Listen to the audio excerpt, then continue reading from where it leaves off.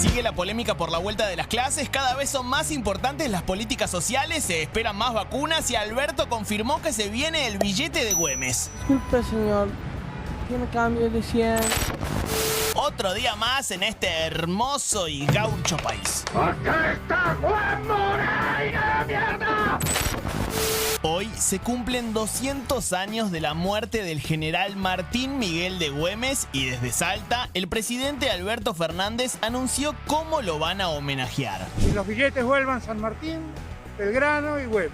Uy, ¿de qué valor será el de Güemes? ¿Lo harán convivir con la ballena azul o estará solo? Además, volvieron las clases presenciales en muchos puntos del país. Uy, justo fue la semana más fría en lo que va del año. Uno de los gremios metió un paro docente. ¿Tienen razón o no? Por otro lado, en algún momento tenían que volver los pibes. Ay, no sé, debatámoslo.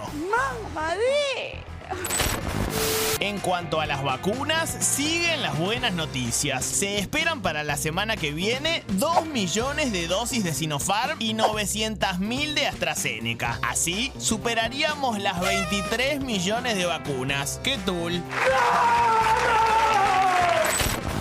Por último, se vino el frío y las políticas sociales son más importantes que nunca. Por eso, recibimos al ministro de Desarrollo Social, Daniel Arroyo. ¿Qué ayudas sociales están funcionando? ¿Se viene el nuevo IFE? Todas las dudas sobre políticas sociales nos las sacamos ahora. Somos todos amigos. Buena onda. Arranca Fuego Amigo, un programa que por ahora no aparece en ningún billete. Aunque nuestra bomba podría andar, ¿no? Yo creo que sí, hay que pedirle a Alberto que lo ponga Caruso en un billete, ¿eh? ¿Cómo estás, Cata? ¿Qué tal? Buenas noches. Hola a todo el mundo. Bueno, estamos en un país de urgencia. Por supuesto, todo el mundo lo sabe, pero la Argentina ofrece una malla de contención social y vamos a hablar de este tema con nuestro invitado de hoy, uno de los invitados de hoy, que es el ministro de Desarrollo Social, el señor Daniel Arroyo, a quien le damos la bienvenida. Pero además, les vamos a contar, en realidad ellas nos van a contar, que son las caras de la pobreza, de lo que está pasando, de la lucha en el día a día. Son cocineras de distintos barrios populares. Las voy a presentar. La primera es Norma. Norma. Norma sos vos, Malvina y Silvana. Bienvenidas a las tres. Gracias. Cuénteme un poco dónde cocina cada una de ustedes.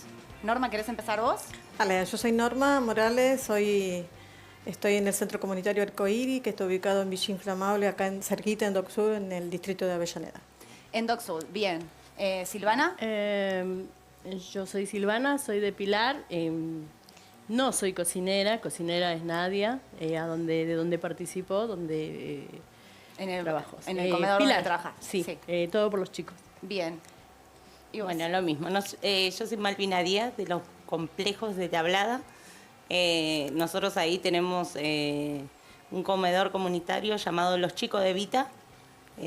Tenemos un centro cultural, trabajamos con salud, posta de salud, tenemos una escuelita de fútbol, asistimos a COVID, hacemos todo un trabajo muy grande con nuestros vecinos del barrio que hoy más que nunca necesitan.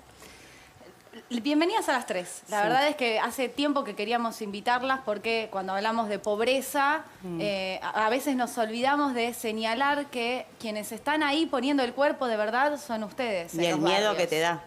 ¿Por qué? Cuando el presidente dijo la primera vez, ¿se acuerdan? Que declaraba una pandemia mundial. Sí. El miedo que nos dio. Yo me acuerdo, estaba mirando el noticiero, cerraba el comedor y dijimos, ¿qué hacemos? ¿Entendés? Cerrar no podés. ¿Y cuántos chicos van al comedor? Y en ese tiempo iban 400 personas. Cuando el presidente declaró lo que es pandemia... La cuarentena. La cuarentena, sí. Hasta el laburante, el que te miraba del otro lado, iba con una olla, ¿entendés? O sea, antes de la cuarentena iban 400 personas. ¿Hoy cuántas personas van a tu comedor? Y ahora están ahí también. Ahora están, porque no podemos abarcar más. Sí, más no podemos. Bueno, vamos a preguntarle sobre esta realidad al ministro de Desarrollo, que seguramente conoce gran parte de esta situación que atraviesan muchos comedores, merenderos. ¿Qué está haciendo el gobierno nacional ante esta situación? Esta situación es inflación por las nubes, el precio de los alimentos por las nubes. ¿Cómo se contiene a la gente y de qué manera aporta el Estado a estos comedores donde tenemos a trabajadores que ponen el cuerpo todo el tiempo para tratar de satisfacer las necesidades básicas de muchísima gente? Ponen el cuerpo todo el tiempo, acompañan, no pararon en ningún momento de la pandemia. Antes de la pandemia, el comedor iban a comer los chicos y las familias, después se transformó en un esquema de tupper, de vianda, de ir casa por casa a poder acompañar. Hay 10.000 comedores en todo el país. 10.000. 10.000, de un montón de gente que le pone el cuerpo, que trabaja. ¿Qué significa que existan comedores? Significa que hay varios problemas. El primero es que hay mucha gente en Argentina que la pasa mal, que necesita para llegar a fin de mes ir al comedor. ¿Qué nos pasa hoy? Tenemos 10 millones de personas que reciben asistencia alimentaria. Una parte de la gente hace changas. Es gasista, es plomero, hace changa. Sí. Gana 700, 800 pesos por día, el peón del albañil, 1.200, 1.500, el que está más armadito en la construcción. Esa persona también va al comedor, porque no le alcanza para llegar a fin de mes, porque hay un problema serio con el precio de los alimentos. Nosotros encaramos como dos grandes políticas. Uno, lo que tiene que ver con lo alimentario. Reforzamos las partidas para la asistencia alimentaria, reforzamos la tarjeta alimentar, que llega ahora a los chicos hasta 14 años. Tenemos problemas de calidad nutricional, se está comiendo muchos fideos, harina y arroz, poca leche, carne, frutas y verduras. Estamos reforzando las partidas para mejorar la calidad nutricional. Esa es una parte. La otra parte es el trabajo, es reconstruir por el lado del trabajo. Tenemos un programa llamado Potenciar Trabajo, sí, que hay 1 millón ya de personas que están en el programa Potenciar Trabajo, que cobran la mitad del salario mínimo y los acompañamos con máquinas, con herramientas, con capacitación para encarar y volver al trabajo. Malvina, ¿qué ves en el barrio? O sea, ¿ves que hay, más allá de que vos decís que no cambió la cantidad de gente que va al comedor, pero porque ustedes no dan abasto tampoco con los recursos, pero ves que hay más gente que necesita de ir a un lugar para comer? Sí, es más el laburante hoy en día. O sea, gente que tiene trabajo y tiene hambre. Claro, porque no le alcanza hoy en día la plata. O sea, no es tan solo que estamos atrás de una olla. Nosotros también nos ocupamos en capacitarnos para poder tomar la presión, para ir, si tenés una familia con COVID, vos vas a la casa, le saturás, le tomás la presión, le tomás la temperatura y si está grave lo mandás al hospital. ¿Entendés? Entonces esas cosas nosotros vamos puerta por puerta con mercadería, asistirla. ¿Cómo son la gente las te raciones? llama. ¿Cómo son las raciones? Porque, claro, hay una urgencia, aumentaron los precios de los alimentos en estos últimos tiempos muchísimo. Sí, muchísimo. ¿Pueden servir lo mismo? ¿Han bajado las raciones? ¿Ha cambiado la calidad de lo que sirven? No, es que la cantidad es la misma, te vienen ollas. O sea, no es solo tupper, ollas. Familias de 18, de 10. ¿Y qué sirven? 15. ¿Cuál es el menú? Es un tuco con un paquete de fideos, fruta, pan. Nosotros damos, de lunes a viernes. A nosotros nos han bajado el cupo a 175, pero tenemos la ayuda del Movimiento Evita que da una ayuda para el comedor de la iglesia, del Padre Tano y de la Capilla San Expedito, que nos ayuda mucho. Y también con lo que es salud, género, porque género también está muy, muy complicado hoy en día en esta pandemia. Norma, ¿vos qué estás viendo en DocSud? No, hay maneras remarcadas fuerte, el periodista decía, ¿no? El tema de la suba de los precios. Y no, tenemos a veces el reflejo, ¿no? Los argentinos de echarle la culpa siempre a alguien, ¿no? Decir, sí, bueno, subió la carne, bueno, la culpa lo tiene el gobierno. Subió la nafta, la culpa lo tiene el gobierno. Yo creo que la discusión va por otro lado, el tema de los que son los formadores de precios, ¿no? Digo, los que siempre concentran el poder, los que se terminan enriqueciendo, los que se han enriquecido 10 veces más en el marco de la pandemia, mientras que otros, los que menos tenemos, hemos retrocedido 10 veces años atrás, ¿no? Entonces digo, en el marco de que también hay que apuntar a ese sector y ni hablar con el tema de este bono extraordinario único a lo de la grande fortuna, ¿no? Digo, nosotros las cocineras, las que estamos todos los días garantizando un montón de tareas esenciales en los barrios, metemos la mano en el bolsillo todos los días. Entonces, ese gesto de solidaridad se tiene claramente que multiplicar. Ahora, sí, a ese sector, Silvina, digo, pudiente. ¿Con qué cara le dicen ustedes que no les queda más alimento para dar más comida? Porque supongo les debe pasar, ¿no? Que viene más gente de la que ustedes han cocinado. Te duele el alma cuando pasan esas cosas. Hay una realidad, no es solamente en el país. La pandemia es mundial y bueno, la crisis económica nos atraviesa de punta a punta Pero bueno, la pandemia del hambre o el hambre no solamente es a consecuencia de esta crisis sanitaria. Nosotros ya veníamos 4 años arrastrando el hambre. Sí. Es más, había municipios donde donde se podía discutir, se podía organizar lo que era la mesa contra el hambre y discutir todo lo que era contra el hambre. Pero vino la pandemia y, como dice, llegó un momento, en el caso de Río Luján, eran 50 niños, estamos hablando de niños que venían con su taza a tomar la leche, después se iban con su taza a su casa y a la hora del almuerzo traían su plato, sus cubiertos y eran 50, 60 niños. Ahora tenemos que armar vianda para 300, 400 personas, o sea...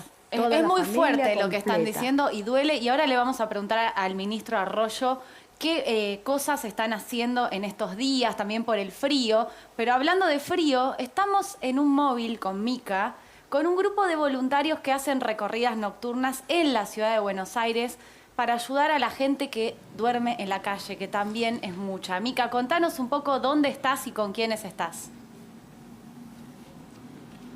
Buenas noches, Diego, Cata. Estamos en Plaza Miserere acompañando a la ONG, la organización que realiza recorridas todas las noches, como la de hoy jueves, en una noche muy, muy fría en la ciudad de Buenos Aires. Salen a repartir comida caliente, una infusión caliente también, y más que nada, en estas condiciones climáticas, abrigo. Ellos son Amigos en el Camino y estamos con Max. Él es voluntario hace 3 años ya, que sale todas las noches prácticamente a asistir a los que más lo necesitan. Max, contanos, ¿cómo es el trabajo de la organización? Hola Mica, buenas noches. Nosotros, como bien vos comentabas, somos Amigos en el Camino. Formamos un grupo el cual salimos a recorrer las calles de Buenos Aires. Cada día hacemos una zona distinta. Hoy jueves, por ejemplo, estamos haciendo lo que es Almagro, Balvanera, Tribunales. Cada equipo va recorriendo zonas distintas, visitando a nuestros amigos que ya nos conocen desde hace un tiempito. Tratamos de contenerlos, de conocerlos, sobre todo para tratar de ayudarlos por ahí a darles un empujón y que puedan tratar de salir de lo que es la calle, que es lo más importante. Y bueno, así lo vamos conociendo, haciendo amistad. Maxi.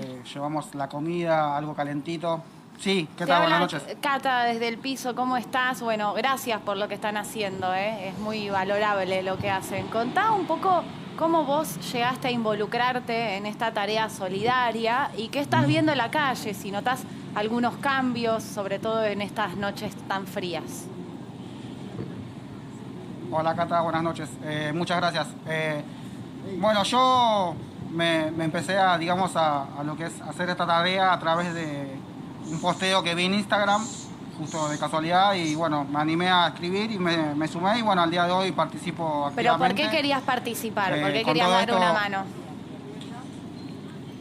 Y siempre tuve, la vocación o por ahí el deseo de ayudar a la gente que lo necesitara. Y bueno, se dio esta posibilidad y bueno, me animé a hacerlo. Y la verdad que es un trabajo muy, muy satisfactorio y algo muy lindo la labor que hacemos. Maximiliano, me sumo a la pregunta de Cata respecto a la gente que estás viendo en estos últimos tiempos, si hubo un cambio de composición, son más mujeres, son hombres, ¿qué te dicen? ¿Por qué llegan a ese lugar? ¿Qué te manifiestan? ¿Qué realidad están viviendo aquellas personas a las cuales ustedes ayudan? Mira, mayormente la mayor cantidad de gente que vemos te podría decir más o menos un 80% son hombres.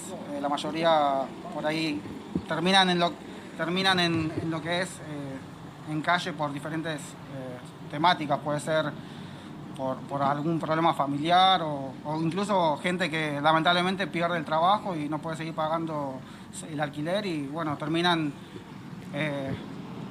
en la calle, lamentablemente. Hay muchas problemáticas de fondo que por ahí no hay una puntual que te diga el por qué quedan en calle.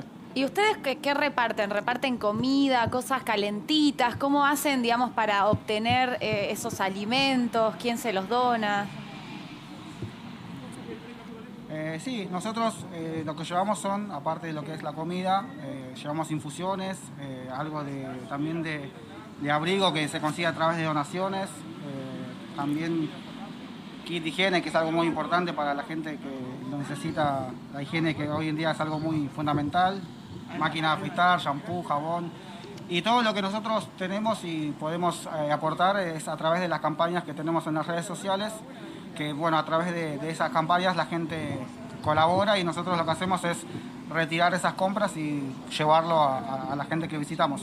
Maxi, nos vamos a quedar con ustedes. Ahora vamos a volver un ratito mientras ustedes siguen repartiendo y recorriendo las noches de Buenos Aires. Mica, gracias por tu laburo. Ahí volvemos con vos. Vamos a seguir charlando un poquito acá en el piso, pero ahora volvemos. Sí, déjame preguntarle, Cata. Yo preguntaba si había más hombres y mujeres, porque tenía el dato de que generalmente había más mujeres en los comedores, pero que se han sumado muchos hombres. Sé que han perdido el trabajo, changas y demás, pero ustedes son las que tienen la experiencia. ¿Es así como digo o no? Sí. Yo creo que ahí digo, hay que valorar y reproducir, ¿no?, ese gesto de solidaridad que está haciendo Maxi, y que eso se ve, ¿no?, en el territorio, en los barrios populares, en las villas de emergencia, y que también no lo marcó Maxi, pero sí lo vamos a marcar nosotros, el tema de lo de que queremos reflejar es el tema del trabajo, ¿no? Digo, las tareas del cuidado que venimos haciendo las compañeras mujeres. Son todas mujeres. Exacto, entonces digo, en ese marco también, digo, ese reconocimiento que necesitamos como promotoras territoriales. ¿La vacunaron? Todavía no, y en ese no. marco también venimos con una campaña, ¿no?, fuerte, en donde queremos que nos reconozcan como personal estratégico primero y automáticamente nos incorporarían al calendario de vacunas. Es clarísimo que son esenciales. Le quiero preguntar a Arroyo, ya que está acá, ¿por qué no están vacunadas las Hoy nos reunimos para ver ese tema justamente. Sí. Yo lo que hice fue el año pasado hacer una resolución para declarar personal esencial. Básicamente estamos hablando de 70.000 mujeres en todo el país. La mayoría de esas mujeres se levantan a las 7 de la mañana, a las 8 empiezan a pelar las papas, la cebolla, empiezan a armar todo y a las 11 empieza la gente a llegar al comedor. Poniendo el cuerpo además en el medio de una pandemia, ¿no? Porque es todavía más riesgoso. Y son tan esenciales como los docentes, como los personales de salud. O lo que decía Malvina, que van a las casas a tomar la presión. Yo te muestro fotos donde vamos la gente de seguridad, a la casa todo. con los COVID. Nosotros ahora lo que estamos haciendo, en algunas provincias ya se empezó a hacer esto de la vacunación de las personas que están trabajando en los comedores y los merenderos, los sistemas de cuidado. Queremos que se llegue a todas las provincias y estamos ahora trabajando en el Ministerio de Salud para que el COFESA, el Consejo Federal de Salud, o sea, depende de la vacunación de cada provincia, empiece ahora también a incorporar. Ahora que ya en casi todos los lugares se llegó a la gente de 60 años para arriba, se empieza a incorporar como trabajadores esenciales a las personas que están en los comedores y los merenderos. Estamos viviendo, digamos, mucho frío por estos días. Todos lo estamos sintiendo, lo veíamos ahí en la calle, todos abrigados con bufanda, gorros y demás. El gobierno tiene un operativo que se llama Operativo Abrigar. ¿Sí? ¿De qué se trata? ¿Cuánta gente lleva? Digamos, ¿de qué manera solucionan esta urgencia? Digamos, a la urgencia habitual del hambre, de las necesidades, se suma el frío. Sí, yo empecé trabajando igual que este chico que recién... De chico empecé como él en la calle. ¿Fue tu primer trabajo? Sí, y lo que me impactaba siempre que estaba en la calle es cómo la gente que está en la calle pierde noción de tiempo, de espacio, de lugar, no sabe si es la mañana, la noche, cómo, de qué manera. Es terrible. La situación de calle es la peor situación. Nosotros lanzamos lo que se llama el Operativo Frío, el programa Abrigar, que tiene 3 cosas. Uno, para las personas que están en la calle, lo que se hace es todo el tema de camperas, de frazadas. Ahí, el operativo abrigo va para las personas que están en la calle y las personas que viven en viviendas precarias y tienen frío en su propia casa también. En el caso de la Patagonia es el tema de leña y entregar el tema de leña. Y en el resto de los lugares son fondos para las organizaciones sociales, para los municipios, para las iglesias, para que se llegue adentro de las casas con módulos alimentarios fuertes para mejorar la alimentación fuerte en el medio del frío, con frazadas, con abrigo y con estufas. Ahora, te pregunto, cuando las escuchás a ellas, vos estás en contacto con los barrios, con la gente todo el tiempo y desde hace mucho, pero cuando escuchás que dicen no alcanza, cerramos acá porque ya otra persona más que venga a comer, no tenemos recursos para darlo. A nivel nacional, el no alcanza, ¿cómo lo sentís vos? ¿Qué te pasa con eso? Porque también sos una persona, además de ministro. No sé si una persona, yo convivo con el dolor todo el tiempo, absolutamente todo el tiempo, y tengo clara la situación en Argentina. Es muy triste. Nosotros estamos reforzando todas las partidas alimentarias, claramente en un contexto muy difícil. El año pasado, además de los comedores y los merenderos, surgieron las ollas. Gente que ponía ollas en la calle y se ponía a ayudar. El club, que nunca había hecho nada de eso. Parte de eso se terminó en este año y volvimos a reforzar los comedores y los merenderos. Estamos reforzando todo lo que tiene que ver con la asistencia alimentaria. Con la tarjeta por un lado y llegando a los comedores y los merenderos. Hace falta más siempre en la Argentina y el problema hoy que tenemos es que hay gente que trabajando también va al comedor. Hay comedores que el año pasado hacían como 2 turnos, la gente que estaba desde siempre y la gente que no sabía cómo ir a un comedor y entonces se organizaba de otra manera, que tenía vergüenza. Mucha de esa gente ha quedado en el comedor aún con trabajo porque no le alcanza. Para no ser pobre hacen falta 64.000 pesos. ¿No? Vamos a ponerle número, ¿no? Vamos a ponerle número a lo que está diciendo el ministro.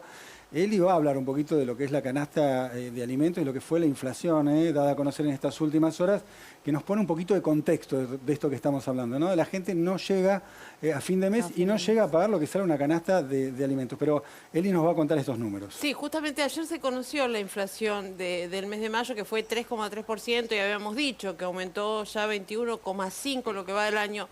Pero hoy se tradujo ese aumento en el costo de la canasta básica total, que es la que determina la línea de pobreza, que está en 64.000 pesos, cuando el promedio de los salarios argentinos está bastante debajo de esos 64.000 pesos.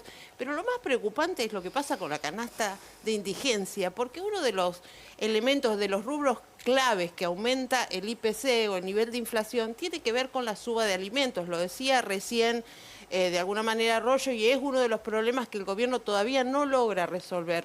Hoy la canasta de indigencia está en 27.400 pesos. El salario mínimo está en 24.400. O sea, 3.000 pesos, quien hoy tiene un trabajo con un salario mínimo vital y móvil, no logra cubrir en el caso de una familia tipo, el salario, digamos, el ingreso necesario para que esa familia no sea considerada indigente, y por supuesto se traduce en la situación que ellas tres nos relatan de más gente ir a los comedores. No, yo creo que está buenísimo el debate, pero me parece que también hay algunas políticas públicas, digo, del gobierno en función, por ejemplo, la ley de góndola, ¿no? Sí. Digo, una ley que si la seguimos debatiendo, si la seguimos elaborando un poquito mejor, para vos funcionaría. Yo creo que por ahí, porque digo, la ley de góndola es, digo, la falta de competencia de marcas, ¿no? Entonces digo, ahí nosotros, por ejemplo, a través de toda la producción que venimos desarrollando dentro de la economía popular, a través de las huertas comunitarias, a través de todo lo que producimos, entonces nosotros, digo, eso nos daría la posibilidad de que los productos básicos hayan un montón de marcas y eso abarataría un poquito los precios. Entonces, digo, en ese marco, digo, claramente ahí lo que también fortaleceríamos el tema de más puestos de trabajo para el sector nuestro, mejoraríamos un poquito el sueldo a nuestros compañeros trabajadores de la economía popular. Me parece que también, digo, hay que ir también a profundizar esa discusión. Es un trabajo que amamos. Sí. Yo amo lo que hago, amo ver que una familia se va con su estómago lleno, ¿entendés? Que tiene para comer esa noche. Amo ver los chicos felices correr atrás de una pelota, profesores enseñando zumba, salsa y todo ese trabajo, o ayudar a una persona que es golpeada, violada, todo eso es muy fuerte. O sea, la contención que tienen los barrios con las organizaciones sociales hoy en pandemia, desde el principio. ¿Hace mucho que haces esto vos? Desde un año antes de la pandemia. Pero me metí de llena y yo amo lo que hago, pero es un trabajo no pago, ¿entendés? Claro. Es eso. Es de amor. Pero yo amo lo que hago. Recién decías que se te murieron muchos compañeros, trabajadores en una matanza. Tenemos la historia de Ramona, que es de... Ella falleció. Sí, por supuesto, gritando, pidiendo agua. Bueno, pidiendo agua. Y así muchas cosas, ¿entendés? Que pasan en los territorios donde estamos todos vulnerables. ¿No vieron lo que es los kilómetros? Los kilómetros, las villas, donde la gente no tiene... Vos decías... El año pasado decían todos, che, cuarentena, la policía, metí a todos. Claro. Andá, metete a Zampeta, andá, metete a la 1001, andá, metete los chicos que no tienen una tele, un calzado, una remera para ponerse. ¿Y cómo metes esa gente adentro? La situación en esos barrios. ¿Cómo pasan esa pandemia? ¿Cómo sería la situación en esos barrios si no estuviera esa contención comunitaria? No sé qué sería, porque la verdad, porque la organización social y la iglesia son los que pusieron el pecho en la pandemia. Hay una realidad, el trabajo del potenciar trabajo no es que nace con el potenciar trabajo, no. Nace con con los programas anteriores, mucho antes del salario complementario. La Argentina trabaja, primero el PEC, la Argentina Trabaja 1. Yo soy una cooperativista, soy de la Argentina Trabaja. Me he formado, tengo formación, producción popular. ¿Por qué? Porque ya pensábamos en el gobierno antes de Macri, pensábamos empezar a producir. Nuestros centros culturales se volvían centros de capacitación para las familias del barrio. Teníamos carpinterías que cerramos, herrerías que cerramos, escuela de panaderías que tenemos empolvada, los hornos, las máquinas. ¿Y todo eso por qué cerró? ¿Por la pandemia? En el proceso de Macri. En el proceso de Macri, cuando Macri destroza las cooperativas no era que se llamaban cooperativas, eran cooperativas constituidas que tenían libros contables. Nosotros éramos asociados. En este gobierno de Macri, ¿qué hizo? Agarró, éramos independientes, cada uno tenía otro nombre. O sea, no dejamos de tener nuestra cooperativa, nuestra constitución. Los mandaron a todos a capacitarse, o sea, nosotros somos trabajadores de la economía popular que tenemos capacitaciones, cartones archivados. Vos mencionabas, Silvana, potenciar trabajo. ¿Hay un bono extraordinario, ministro, sobre ese tema? Sí. Hoy es un bono de 6.000 pesos. Una alegría. Todos los que están en potenciar trabajo. Estamos hablando de casi 1 millón de personas. Pero además hay que rescatar, son personas que trabajan en huertas, en la actividad de la construcción, en el textil, en el cuidado de personas, en el reciclado, en distintas cuestiones. Potenciar trabajo, además de... Las personas arrancan cobrando la mitad del salario mínimo. Ahora tenemos un bono de 6.000 pesos como un bono extraordinario. Pero más allá de eso está el tema de máquinas y herramientas para trabajar. ¿Y ese bono no puede quedar fijo para los compañeros? Les encantaría. Que se los merecen, que no sea un bono y que puedan tener un sueldo digno por tanto trabajo y por arriesgar salud. Mucha de la gente que trabaja en los sistemas de cuidado, mucha gente que trabaja en el sistema de cuidado, nosotros hemos generado, cuando digo que son esenciales, pusimos un bono el año pasado. Somos guerreros, porque estamos en medio de una pandemia, poniendo el pecho, arriesgando familia, todo. Y han sostenido la situación, de verdad han sostenido la situación, y tenemos que pasar al tema del trabajo. La ley de góndolas, por ejemplo, que decía Norma, simplemente, antes de la ley de góndola, una empresa podía tener 3 marcas de harina, ocupaba toda la góndola y fijaba los precios como quería. Ahora no puede tener más del 30%, tienen que estar todas. Todas quieren decir los pequeños productores. Nosotros ahora armamos un sistema que se llama marca colectiva, que si alguien hace dulce, otro también lo hace bajo una misma marca, entonces tiene volumen para colocar el producto en la góndola. Claro. O vamos ahora con todos aquellos que producen la economía popular están en un registro que hemos armado, se llama RENATEP, van a tener un símbolo, un indicador que establece que son hechos por la economía popular y entonces tienen que estar en los supermercados, en los comercios. Tenemos que habilitar a mucha gente que produce a que pueda colocar sus productos. Me gustaría, para cerrar la nota, simplemente con una palabra, porque se nos acabó el tiempo, si pueden definir qué es un comedor en un barrio para cada una. Es amor al vecino, a ayudar, es el plato de comida que necesita la gente, que hoy en día no lo puede tener, o sea, para su familia. ¿Norma?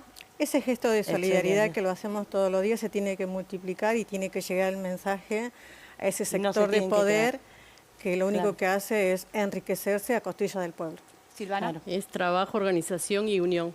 Claro. ¿Arroyo? Familia, la gente va al comedor y se siente integrada, siente que está adentro, siente que está en un lugar, siente que alguien la mira. Vamos a agradecerle. Además de comer, siente que alguien la mira. Vamos a agradecerle al ministro de Desarrollo, Daniel Arroyo, y a las guerreras, ¿no? Creo que así lo definiste. Está muy bien definido. Que son esenciales. Somos esenciales y no es también te convertís en enfermera, en asistente social, en psicóloga, en todo. Bueno, y que les llegue muy pronto las vacunas también, ¿eh? Sí, las vacunas. Que es necesario. Y después ya abrimos la paritaria acá, a ver si ese bono lo pueden hacer no solo por una vez. Daniel Arroyo dijo que sí, que el bono queda fijo, compañero. Cualquier cosa le muestra el video de fuego, amigo. Ya tenemos la UTEP para la compañera. No, Daniel Arroyo te dijo que queda fijo. Bueno, lo comprometimos al aire. Nos vamos a un informe porque también un tema principal en la Argentina es la educación, escuelas presenciales, escuelas virtuales, viejo debate y nuevo debate. Con este informe y venimos.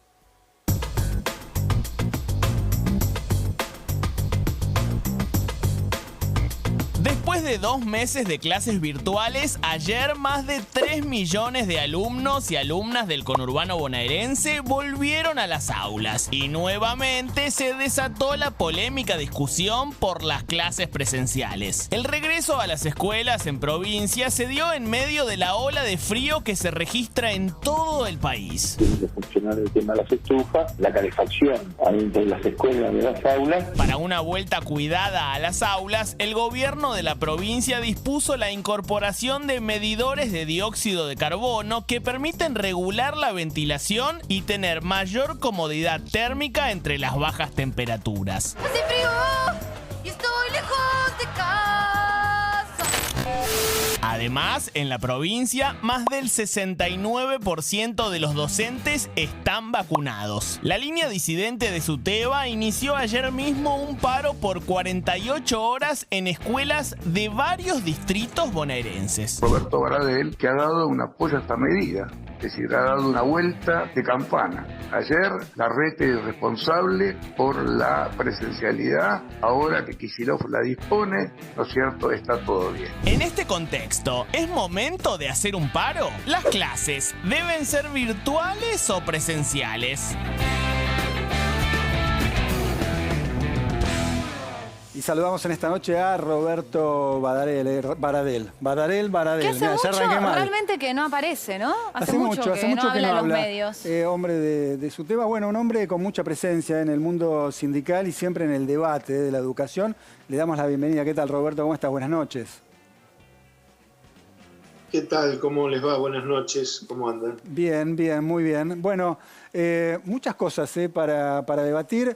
En principio, había una posición bastante firme de los gremios en estos últimos tiempos respecto a las clases presenciales, muy críticos de las decisiones que se han tomado, sobre todo aquí en la ciudad de Buenos Aires. En estas últimas semanas se iniciaron las clases presenciales en muchos distritos de la provincia de Buenos Aires y en este caso muchos gremios vienen acompañando. ¿A qué se debe, digamos, el cambio de postura? ¿Tiene que ver con la vacunación? ¿Tiene que ver con alguna suerte de registro epidemiológico?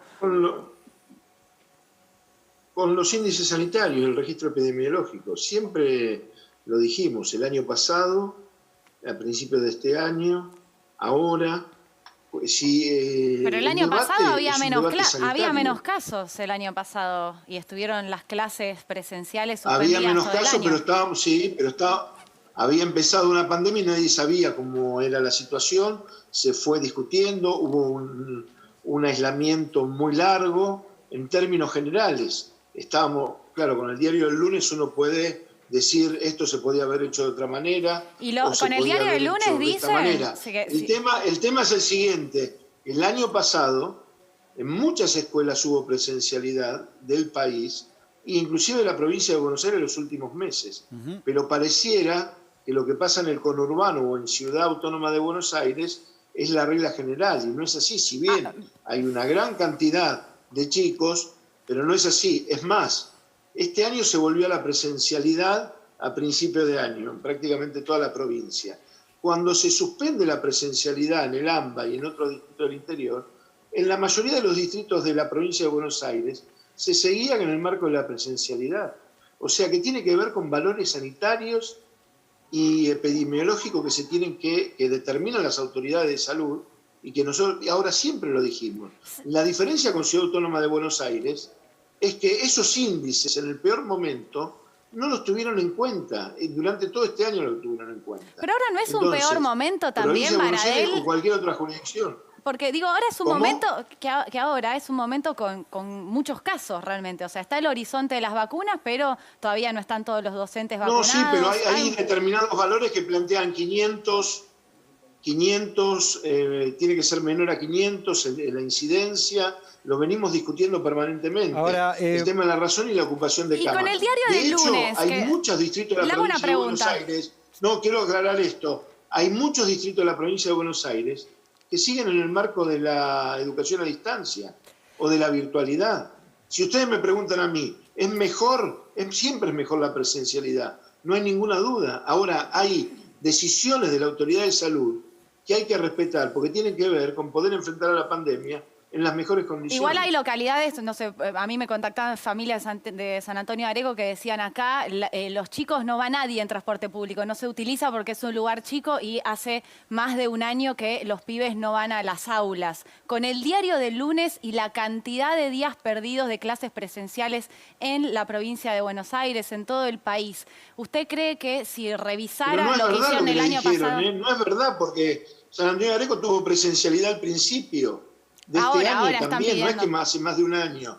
No, bueno, ahora, pero por eso lo que digo, que hay que ser lo más preciso posible en lo que se plantea en la descripción de la realidad. Una observación. Entonces, los distritos del interior, no, sí, pero no lo digo en términos generales, porque pareciera que el AMBA, Ciudad Autónoma de Buenos Aires, el conurbano es la regla general. Y no es, hay una situación sanitaria compleja y en aquellos distritos donde se requiere la suspensión de determinadas actividades, inclusive la presencialidad, se suspenden. Donde se puede avanzar, se avanza con el tema de la presencialidad. Una observación, creo que dijiste, si no me equivoco, tiempo atrás, que un poco los parámetros que ustedes tenían en cuenta en estos últimos tiempos era vacunación e infraestructura.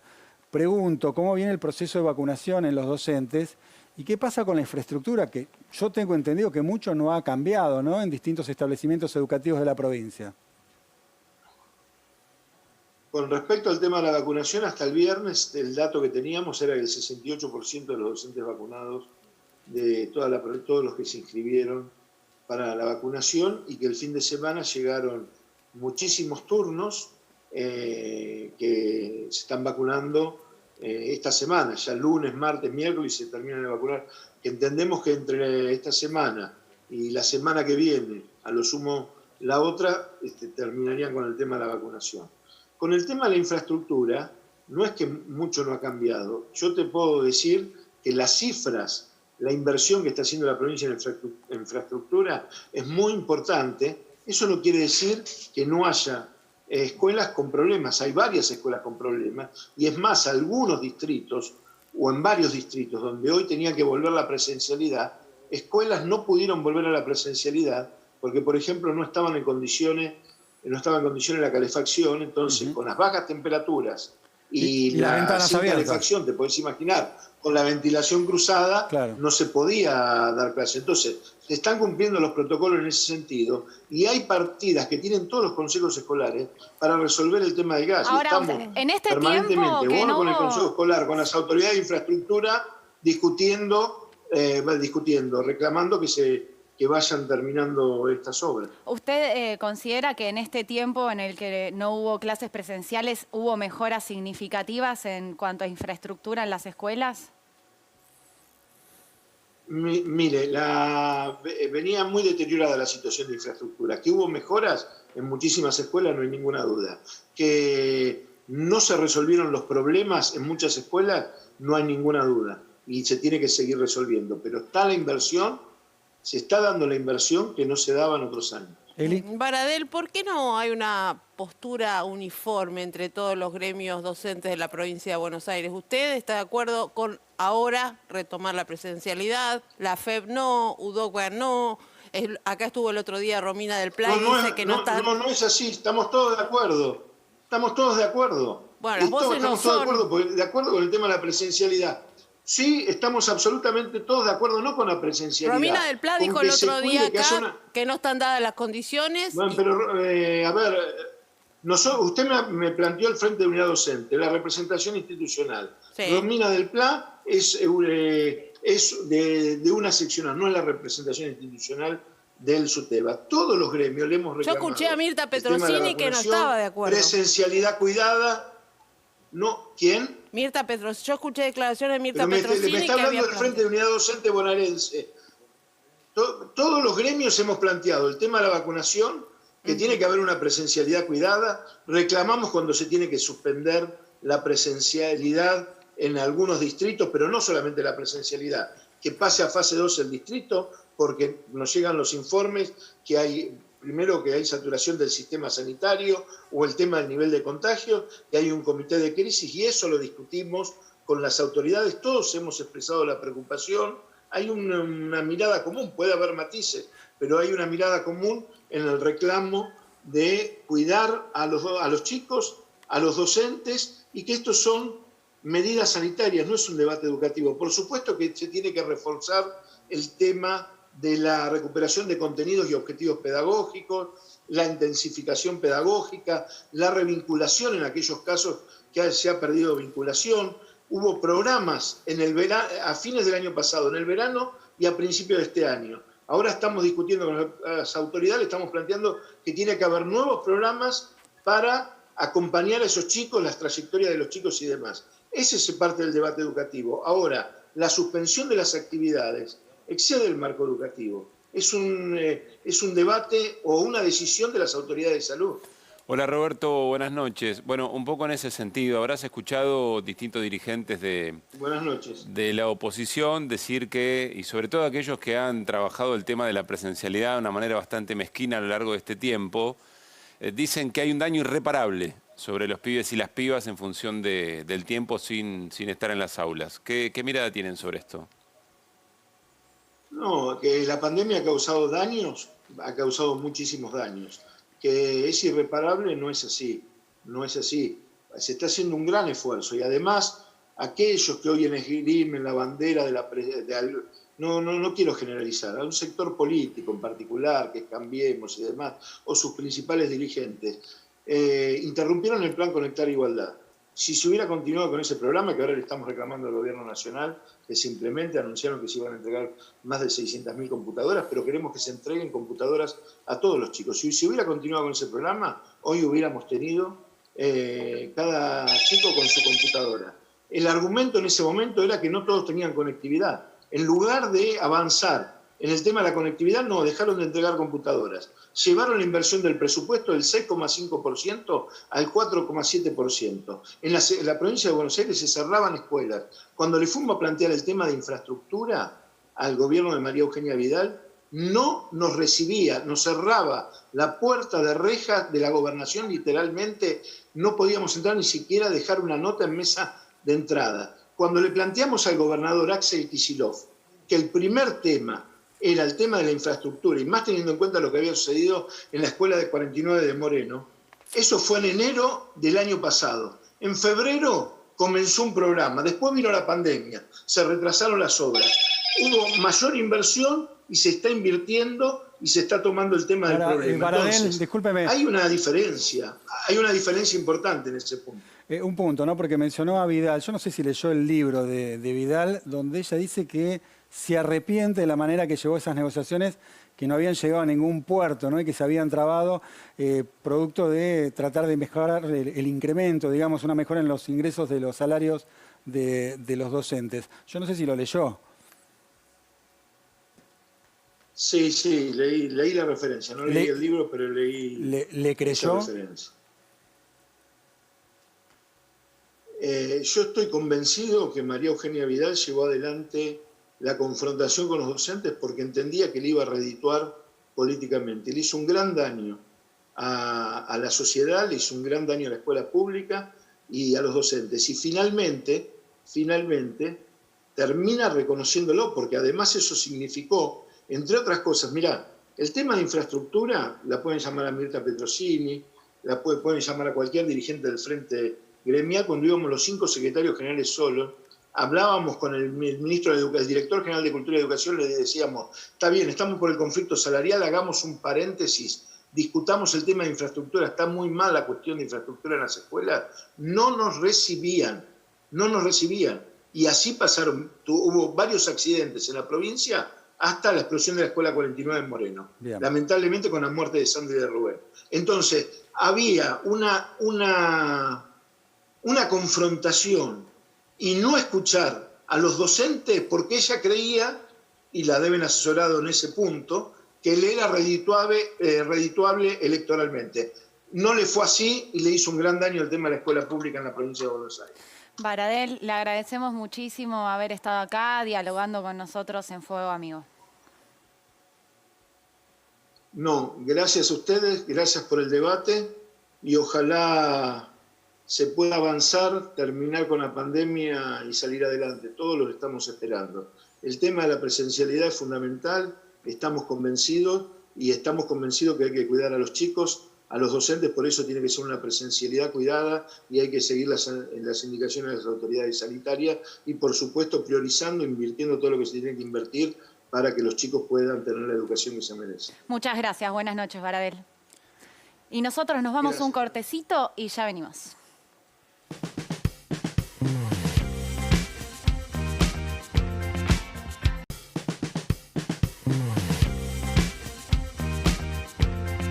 Y como siempre llega el momento esperado, el momento de la bomba, el que todas las carucitas y carucitos están esperando. Es muy difícil trabajar así, es muy difícil trabajar así. No está bien. ¿No? Bueno, ¿Qué decís, Jurman? menos mal. No podemos hacer nada serio. Jurman, está mal. No es correcto. ¿Qué es lo que está mal, Caruso? Ya sabes. Bueno, por suerte hay dirigentes en el mundo que tienen el rol como de plantar bandera en algunos temas, ¿no? Sí.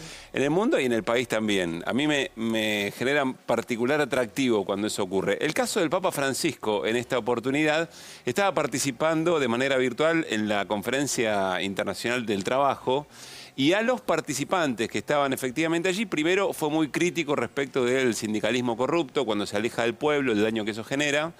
Y después dejó una frase que seguramente va a traer mucha discusión. Ojalá hubiéramos tenido esto ayer, en la noche de ayer. Dijo el Papa Francisco, la propiedad privada es un derecho secundario que depende de un derecho primario, que es el destino universal de los bienes. Esta última frase remite a una cita que él había hecho ya en una conferencia anterior, hace poco tiempo, y él había dicho, la propiedad privada es derivado del derecho que tienen todos y todas, digamos, ¿no? Es decir, primero, los bienes hay una obligación moral, hay un derecho, el derecho a la inalienable, existencia. Efectivamente, a que sea contemplado de esa manera, y después aparece el derecho a la propiedad privada como secundario. Bueno, obviamente esto va a generar, imagínense, no es una novedad, porque el Papa Francisco viene trabajando muy fuerte, no contra el sistema capitalista, me animo a decir, sino a una versión, si es que esto existe, a una versión anárquica, financiera, salvaje, si ustedes quieren, del Sí, a la capitalismo. fábrica de excluidos que produce el capitalismo, y lo que está hablando es de que todos tenemos derecho a existir. Claro, hay un límite, ¿no? Porque sostiene que hay como un capitalismo bueno y un capitalismo malo.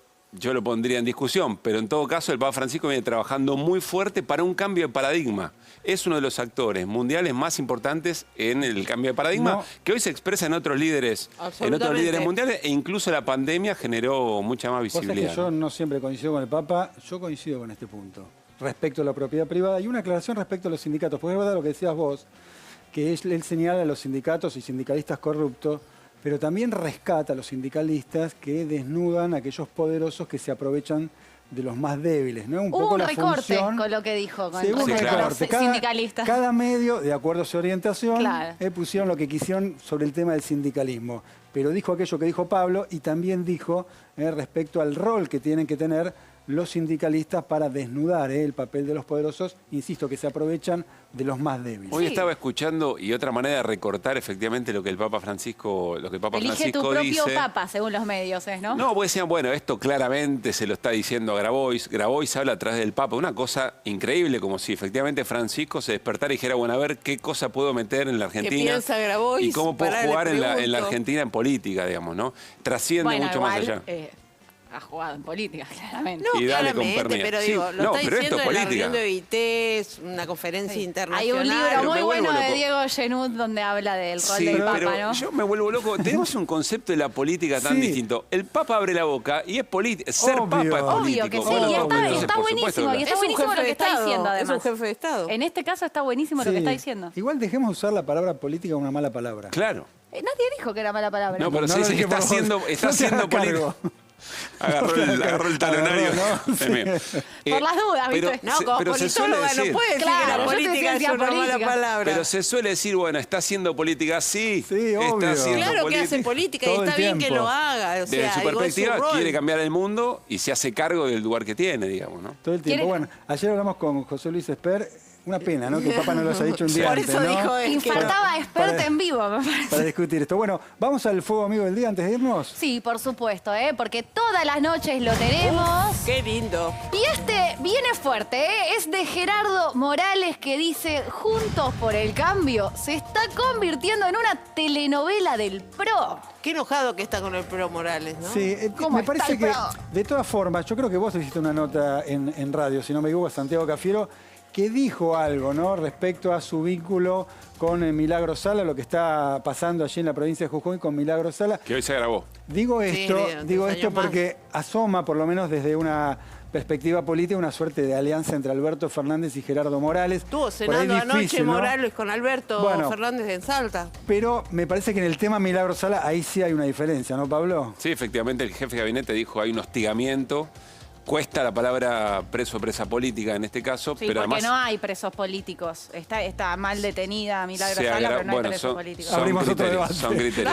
Sí, se nos va el programa. Bueno, nos reencontramos el domingo a las 10 de la noche con un programa especial, Carucito. Ahora te vas con tu club de fans, tranquilo. Les agradecemos a todos por estar del otro lado. Buenas noches. Por favor. Gracias. Chau, Schurman. Chau, Cata. Nos vemos.